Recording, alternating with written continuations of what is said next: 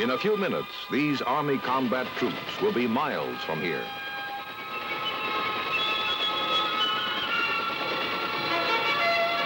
They will arrive at the place and at the time dictated by the necessities of their mission.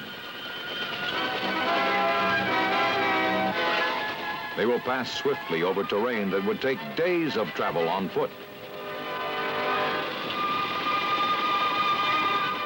They arrive fresh, fully equipped, and ready to function. This is possible because of the strange-looking, savage-sounding machines that brought them, the Army helicopters. And the men who fly the choppers are skilled, highly trained professionals, experts in this new aspect of Army mobility. Just where and how these men acquire that expertise is the subject of today's Big Picture.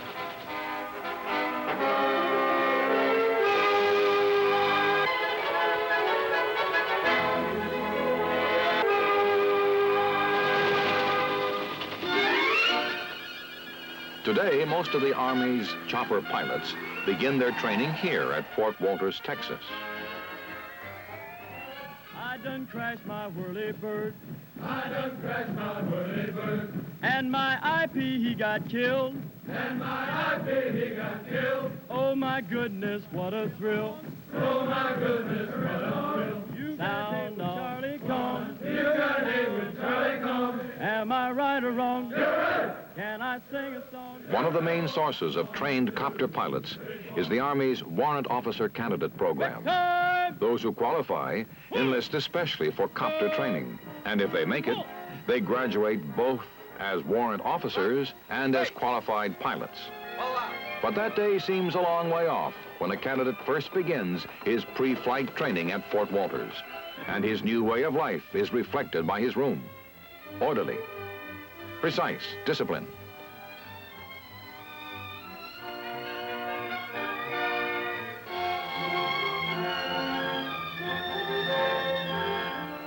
On arrival, each candidate receives an APH-5 flight helmet.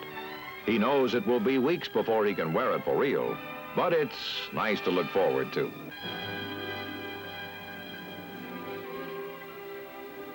Meantime, in 4 weeks of pre-flight instruction, he is introduced to the why of aerodynamic lift, the how of heavier-than-air flight.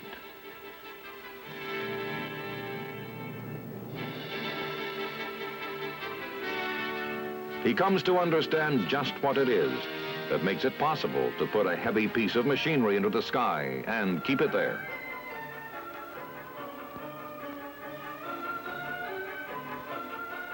He spends a lot of time on his map reading technique because he'll be traveling across the terrain a lot faster than a man on foot who can stop and puzzle things out. He learns a new language, terms like coning and coning angle, rotor tip path plane, blade twist, pendular action, torque reaction. These come to have meaning for him eventually. And just when he thinks the big day will never come, it does.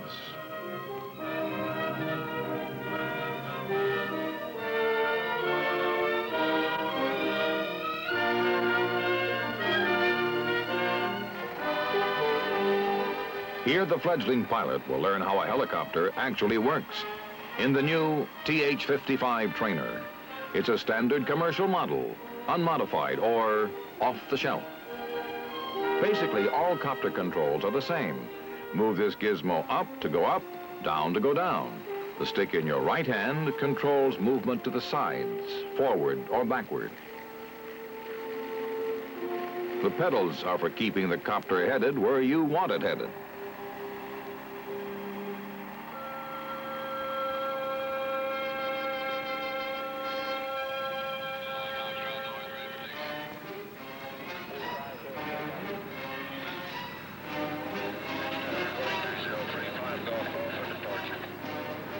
From the main heliport at Walters, the copters take off to fan out toward the various training fields or stage fields scattered throughout the countryside. On a good flying day, some 400 copters will be in the air, which means a lot of learning is going on.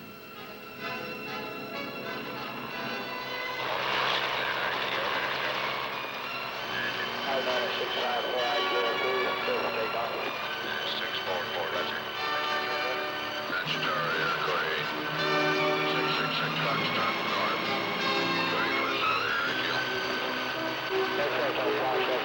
Ready for the cellular radio. Airport 666.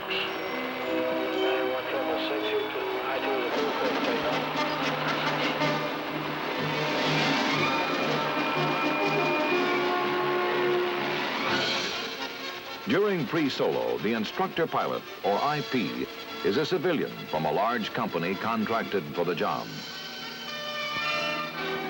These civilian experts are real pros when it comes to instructing, and at the various stage fields around Fort Walters, they really work at it.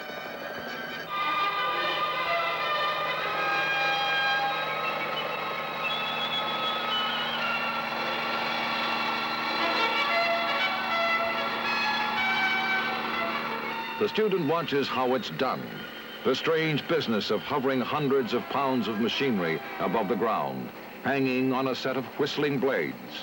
For a hummingbird, it's natural. For a man strapped into a vibrating seat while something that roars and swishes picks him up and holds him, it's an experience.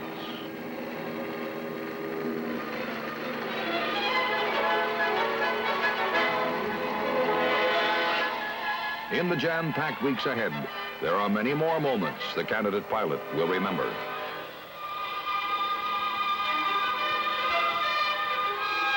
For example, the sudden chilling drop, the first time the instructor cuts power and uses the unpowered whirling blades to bring the chopper down safely in a simulated emergency landing.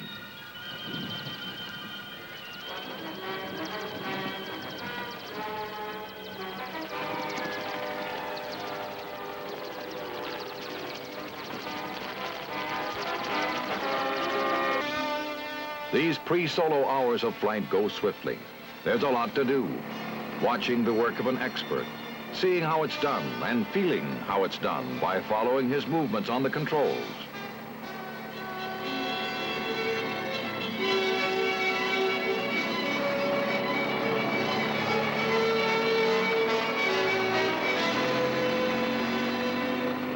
Then comes another moment to remember. Okay, you take it.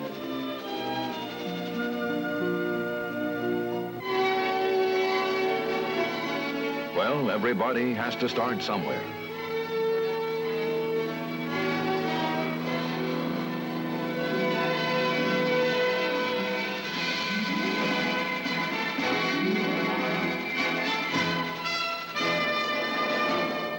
Actually, for most of these hand-picked candidates, it doesn't take long to get the feel of things.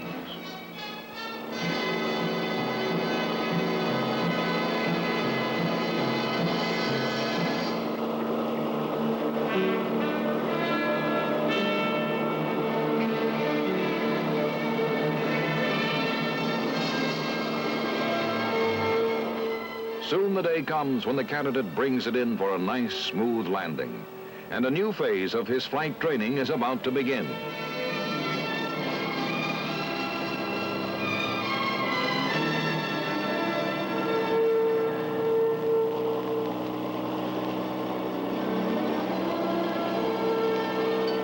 It's time to solo.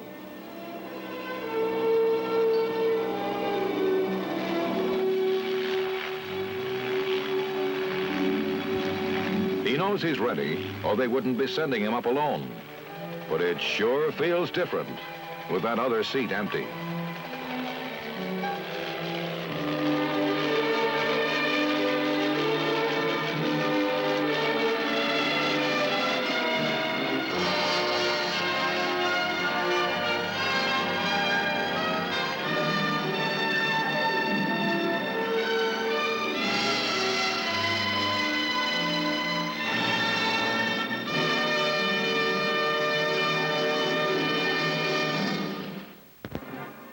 That first solo flight is a major step forward, one which deserves and gets the special recognition of his fellow candidates.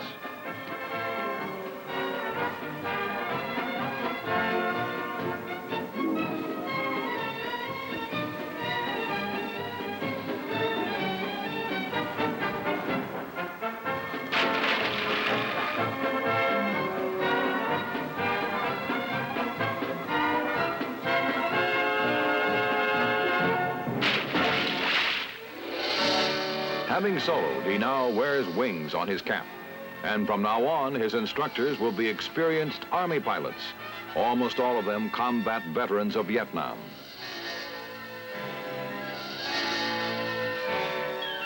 Under his military instructors, he gets out of the traffic pattern. Now his flying is cross-country, and rugged country it is. He has to learn to fly low and fast, and keep track of where he is and where he's going. This takes a lot of practice.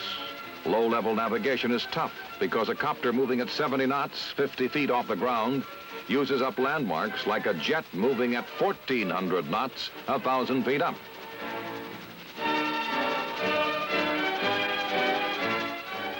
Daily, as the challenges become more difficult, the candidate's ability and confidence grow.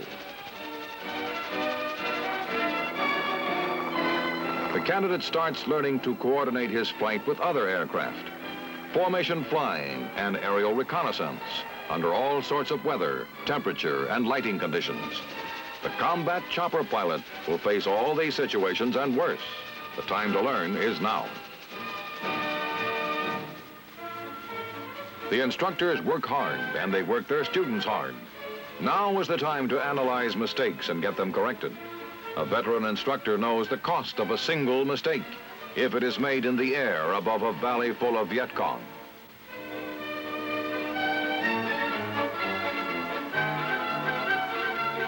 And so it goes. Half of each day is spent on the flight line,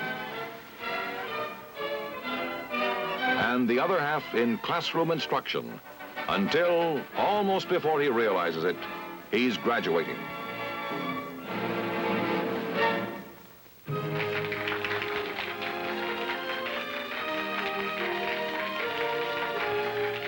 Now his primary training is over, and the next phase is about to begin, halfway across the country. Fort Rucker, Alabama is the home of the United States Army Aviation Center. It will also be the candidate's home for his final weeks of training. Hanchi Army Airfield at Fort Rucker is the largest heliport in the free world, except for An Quy in Vietnam. When training is in full swing, there are more takeoffs and landings performed here than at all three major New York airports.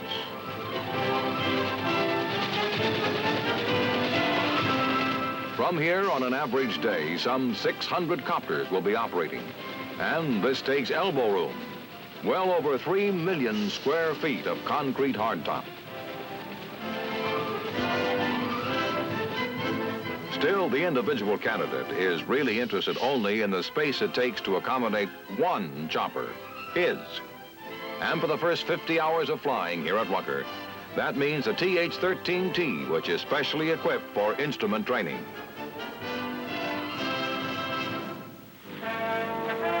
The candidate has already learned the fundamentals of flying a copter at Fort Walters.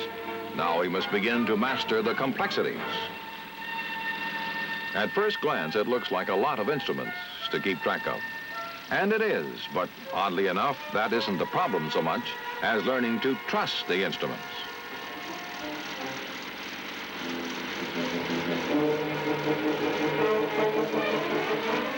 When you can't see anything but the instruments, your senses may tell you you're flying upside down. But if the instruments say not, you've got to believe the instruments. At Fort Rucker, this is literally the first thing the candidate pilot has to learn.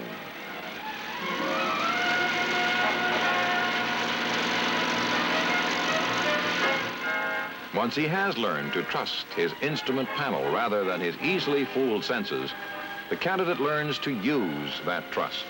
He learns to navigate from point to point by homing on radio beacons, an activity known as ADF operations.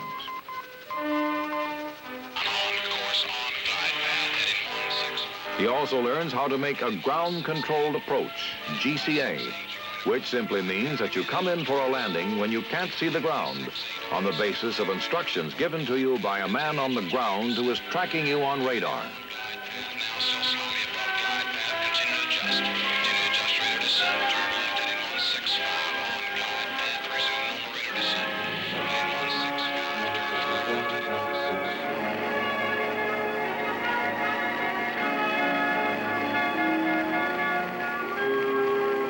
It takes a bit of learning, but it's worth the effort. This ability is like a ship's life raft. When you need it bad.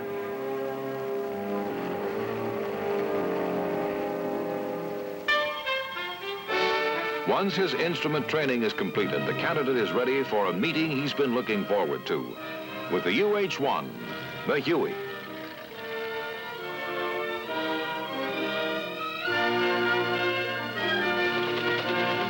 Fast, streamlined, gas turbine powered.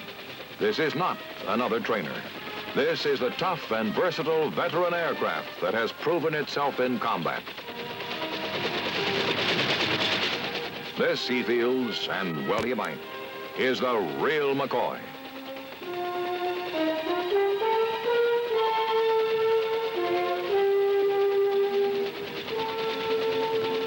Fort Rucker has 8 stage fields to work from, and it gets full use out of all of them.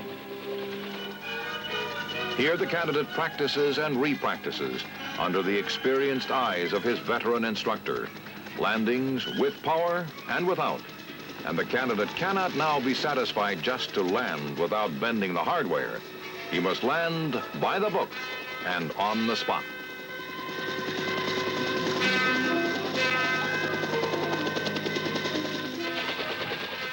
And even if he does it perfectly, it's try again.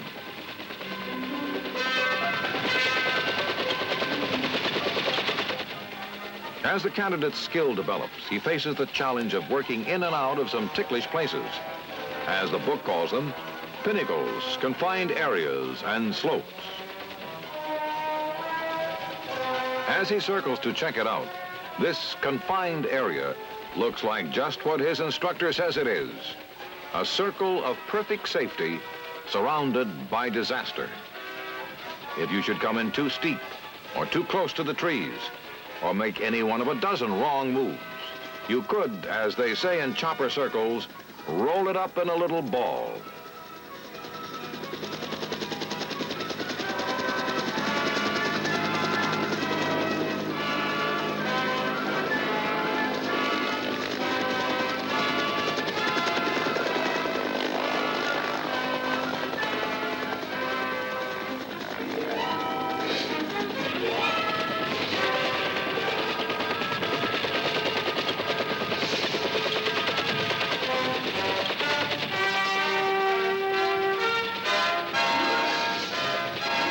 The learning goes on, and in more ways than one. In the maintenance training area at Rucker, crew chiefs-to-be are trained in the intricacies of keeping all the parts cooperating so that the chopper as a whole can fly.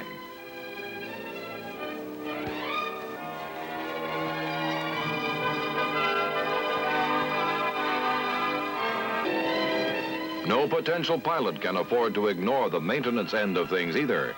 Here at Rucker, each candidate pilot becomes familiar with the basic operational systems of the helicopter.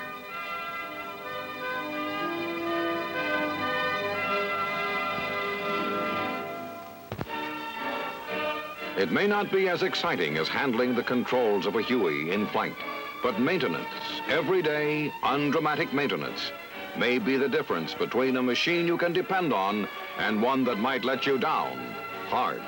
The pilot who wants to keep on flying keeps this in mind.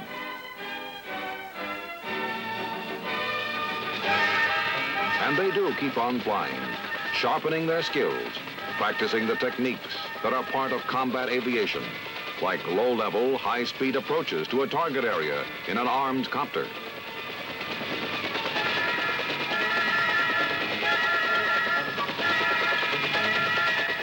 Familiarization runs in the armed Huey gunships are part of every candidate's training at Rucker. The rule is, flash in just above the treetops, drop down over the machine gun range, moving fast and ready to shoot.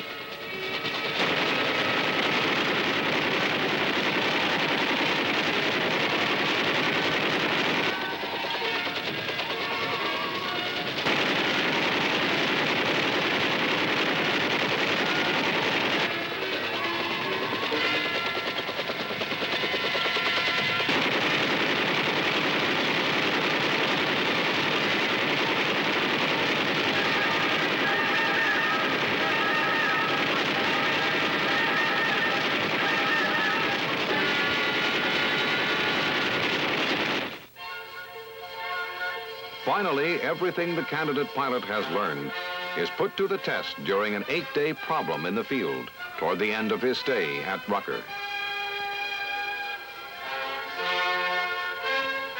For a week and a day, he lives and works in the boondocks, getting a foretaste of the type of working conditions he'll experience overseas. Troop lift, resupply, casualty evacuation, armed reconnaissance, armed escort, day and night navigation from point to point, on schedule and on the mark. This is what this 8 days is all about. And there's no doubt in anyone's mind as to the reality of the operation they are preparing for. Here, the instructor pilots, like the battle-seasoned veterans the newcomers will fly within the combat zone, act as older brothers, advisors, and examples.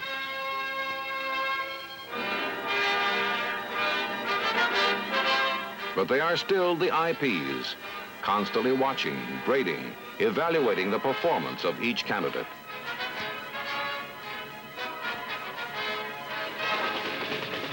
And by now, that performance is at a fairly high level.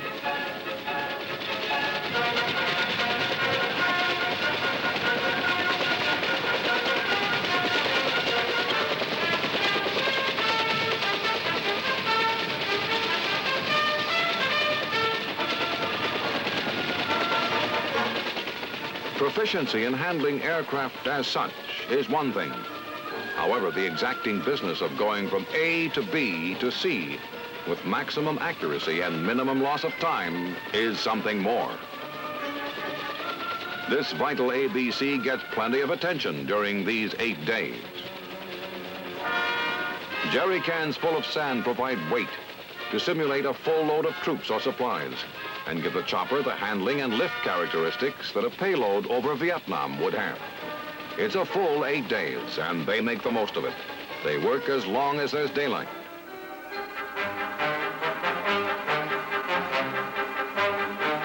Then they work some more when there is no daylight.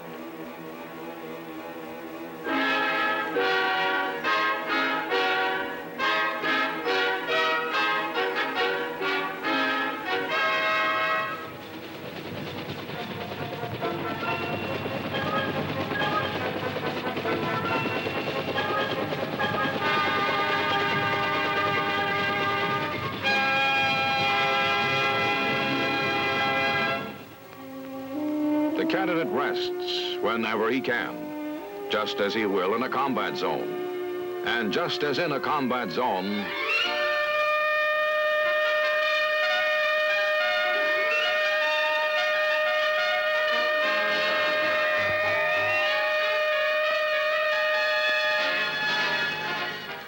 this is called an eagle flight. No warning, just the knowledge that at any time, day or night, the alarm may sound. And from that moment, everyone is moving against a stopwatch. From a sound sleep, through the operations briefing, into the previously inspected Hueys, and off the ground in 6 minutes is quite respectable. It is not uncommon.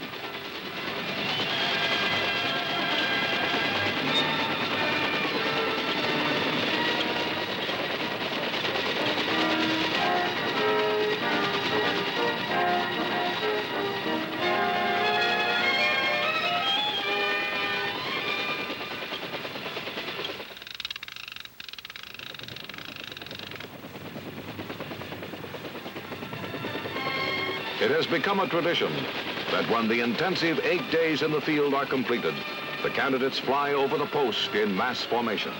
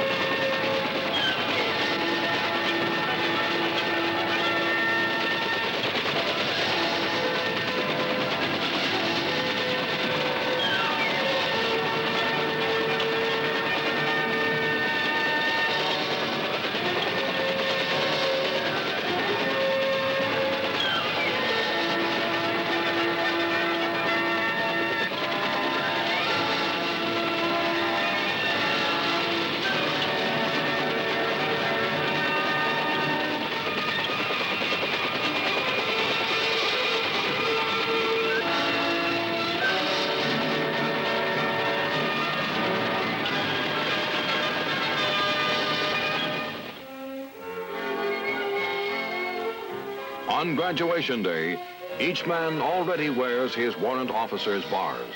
He has received them the day before graduation, because his wings can only be awarded to him after he is officially a warrant officer. He has made it all the way.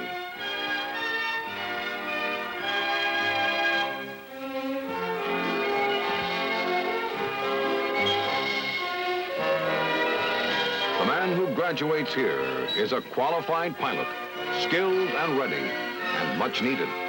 His next duty station will, in all likelihood, be Vietnam. And in Vietnam, the reason for all the effort and training and complex machinery remains: to make the man with the dirty boots and the clean weapon more effective. To get him to his objective faster, safer. To deliver him fresher, more ready, more able. To keep him better supplied in the combat zone.